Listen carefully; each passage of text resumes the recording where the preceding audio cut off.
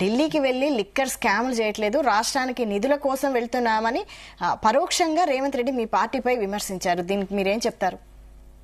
ఇప్పుడు రేవంత్ రెడ్డికి వీళ్ళందరూ కాళేశ్వరం పర్యపాసింది అని అంటాడు, కానీ రేవంత్ రెడ్డి పుర్రెబయలింది. ఆయనకి ఏం అర్థం కావడం లేదు. వాళ్ళ మంత్రులే పనిచేయడం లేదు. నేను ఒకసారి చెప్తాడు, నా మాట ఎవడు వింటాలేదని ఒకసారి చెప్తాడు.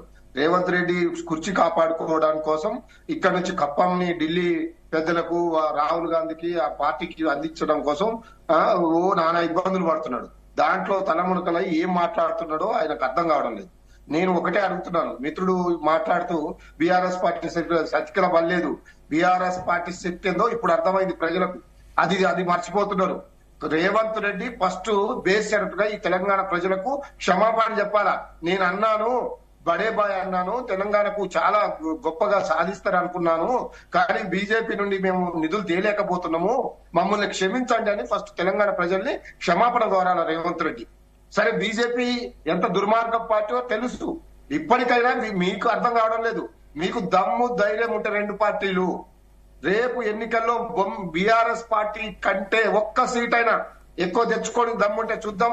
బీఆర్ఎస్ పార్టీ సతికిలబడ్డదా లేదా లేచి నిలబడి గల్లెత్తుకొని ఇది నా తెలంగాణ రాష్ట్రం, తెలంగాణ రాష్ట్రంలో బీఆర్ఎస్ పార్టీ తప్ప ఏ పార్టీ కూడా ఈ ప్రజల్ని ఆదుకోదని ఒక లక్ష్యాన్ని, ఒక సూచికగా ఈ రోజు జరుగుతున్న పరిణామాలు. అందుకే మా దగ్గరికి వస్తున్నారు, అందుకనే మా మీద ఇష్టం వచ్చినట్టు కేసులు పెడుతున్నారు. బీజేపీ వాళ్ళు పని చేయరు. నేను ఒక్కటి అడుగుతున్నా, ఆంధ్రాకు 1000 కోట్ల రూపాయలు ఎందుకు ఇస్తున్నారు, తెలంగాణకు ఎందుకు ఇవ్వడం లేదు అంటే తెలంగాణలో అడిగేటోడు లేడు. వీళ్ళు నోరు మూసుకొని దద్దమ్మల్లాగా కాంగ్రెస్ పార్టీ ఎంపీలు 8 మంది ఉంటారు. వాళ్లకు ఒత్తాసు పలుకుతూ వాళ్ళ కాళ్ళు మొక్కడానికి, వాళ్ళ చెప్పులు మోయడానికి పనికొచ్చేటోళ్ళు బీజేపీ ఎంపీలు. బీజేపీ ఎంపీలు ఏం చేస్తున్నారు?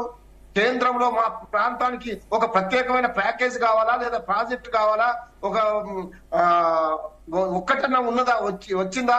ఒక కాలేజీ తెచ్చారా, ఒక స్కూల్ తెచ్చారా?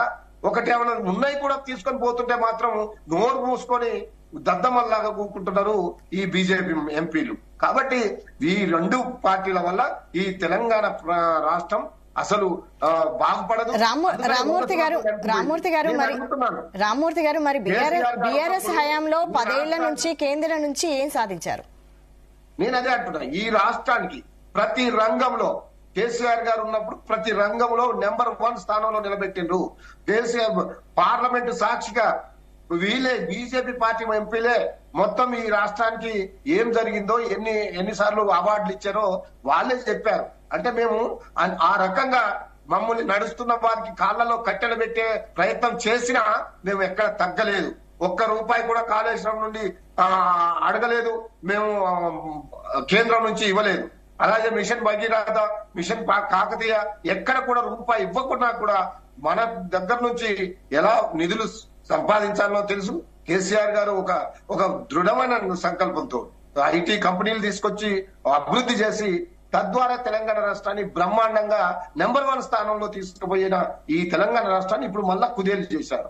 ఇప్పుడే మీకు తెలుసు, రెవెన్యూలో దాదాపు 6,000 కోట్ల రూపాయల బడ్జెట్ తగ్గిందని కాగ్ రిపోర్ట్ ఇచ్చింది. అంటే మొత్తం ఆదాయం పోయింది, ఆదాయం ఈ రాష్ట్రానికి పోయింది. వాళ్ళు మాత్రం తెల్లగా చూస్తుంటారు. కాబట్టి ఇప్పటికైనా బీజేపీ పార్టీ ఎంపీలు మీరు నిజంగా బతకాలనుకుంటే, మీరు ఈ రాష్ట్రంలో నిలబడాలనుకుంటే అక్కడ అదే అడుగుతున్నారు ప్రజలు కూడా.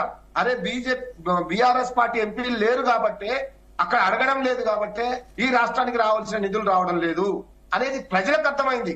ప్రజలు ఇప్పుడు కోరుతున్నారు, అయ్యో మేము చాలా తప్పు చేసినాము, ఈ ఇద్దరు దొంగ మాటలు నమ్మి, చీకటి దోస్తుల మాటలు నమ్మి, వీళ్ళ యొక్క ఒక అక్రమ సంబంధం వీళ్ళది బీజేపీ కాంగ్రెస్ వల్ల. దేశం అంతా ఒక రకంగా ఉంటది, తెలంగాణలో ఒక రకంగా ఉంటది. కాబట్టి ఏదో చేయాలనుకున్నారు, తెలంగాణ ప్రజల్ని ఇబ్బంది పెడుతున్నారు ఇప్పుడు. కాబట్టి ఇది అర్థమైపోయింది. అందుకనే ఆ మీద కేసులు పెడుతుంటే తెల్లగా చూస్తున్నారు బీజేపీ వాళ్ళు. ఎందుకు బీజేపీ వాళ్ళ మీద కేసులు కావడం లేదు? ఎందుకు మా మీద ప్రతి కేసు పెడుతున్నారు? మా నాయకులు ఎక్కడికైనా పోతే రాణిస్తలేదు. నిన్న కూడా హరీష్ రావు గారు SLBC కాడికి పోతే ఎందుకు రానియలేదు? ఎందుకు మా వాళ్ళకు ఎవరో హార్ట్ అటాక్ వచ్చి చచ్చిపోతే, ఎవరో భూతగాల మీద చనిపోతే మా నాయకుల మీద ఎందుకు కేసులు పెడుతున్నారు? అంటే మేము ఎదగకుండా చూడాలని రెండు పార్టీలు కంకణం కట్టుకున్నారు.